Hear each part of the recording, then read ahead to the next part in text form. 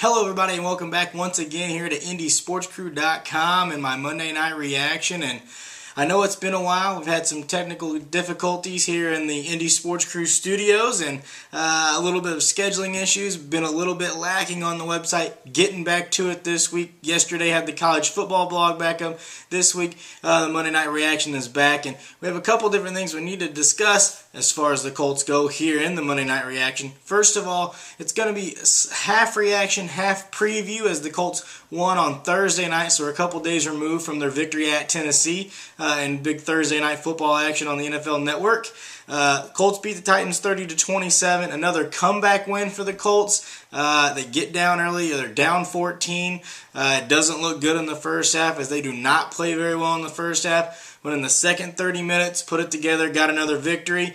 Andrew Luck shows that he's able to bring a team back in the second half, able to get things done, able to pull out a victory when it looks like you're not playing your best, you're not at 100%, both with injuries, with how your team's playing. You get the mindset together, you go get a victory. Also, we're going to preview the upcoming game against the Cardinals, which is actually turning out to be a pretty huge game for both teams, and I'll tell you why in a minute. Let's go back to the Tennessee game, though. You get the win, you move to 7-3, and basically put yourself in a very comfortable driver's seat position to make the playoffs. Not only make the playoffs, you're now playing for seeding. At 7-3, you're 3.5 games up in the AFC South. You pretty much have that on lockdown with 6 games to go. You still have another game against Tennessee. You can put them out of the race with a victory when you play them in 2 weeks. So the Colts looking good to be a playoff team. Now the question is, where will they be seated, and will they? We know they're probably going to be in the playoffs. How much damage can they do when they get into the playoffs, when the playoffs start? Those are two big keys we'll be looking at later in the season. But for right now, with the win, even though it was ugly, you're looking pretty good for a playoff spot. The second thing you have to look at, it's not statistics, it's not coaching maneuvers, it's not anything to do with the defensive alignment or how the offensive line is playing. It's just a mindset of being ready to go when the game starts. This is another game, and we've seen this now numerous weeks in a row, where the Colts just are not ready to go at kickoff. I can't put a finger on why. Obviously, I'm not in the locker room, and I can't tell you exactly why, but this is a major concern. Not only moving forward with this game against Arizona, who they could put you in a big-time hole that you're not going to be able to dig out of, but later on down the road, if you're talking about a playoff team, if you're playing playoff teams and you're getting down 14 points, 17 points, more than likely you're not going to be able to come back, because they're going to be a pretty good team,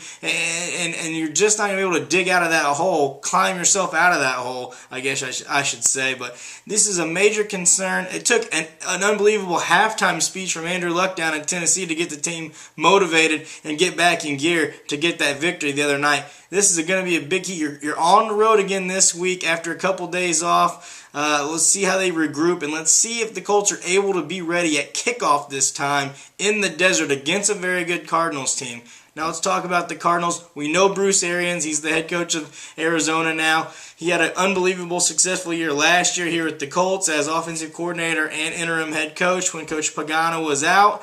But here's what really concerns me. Not only is Bruce Arians aware and knowledgeable of the Colts defense, he's got a really good offense. Carson Palmer's playing much better of late. And here's the major concern for me with how the defense of the Colts matches up with the Cardinals. I'm not sure yet if Greg Toller's going to be in. I believe he's still out. So you're going to be looking at a matchup with Fitzgerald and Floyd at wide receiver for the Cardinals. And the way Bruce Arians is able to be creative, move them around, find a weakness, get the matchup he wants. You might find Floyd matched up with Buffet. That's not a good matchup for Buffet.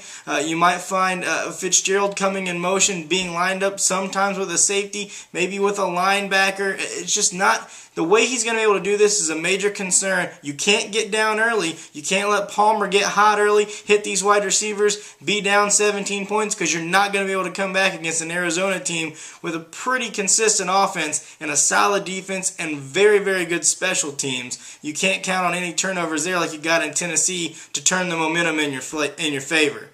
Thanks for coming to IndySportsCrew.com, and we'll see you again next time.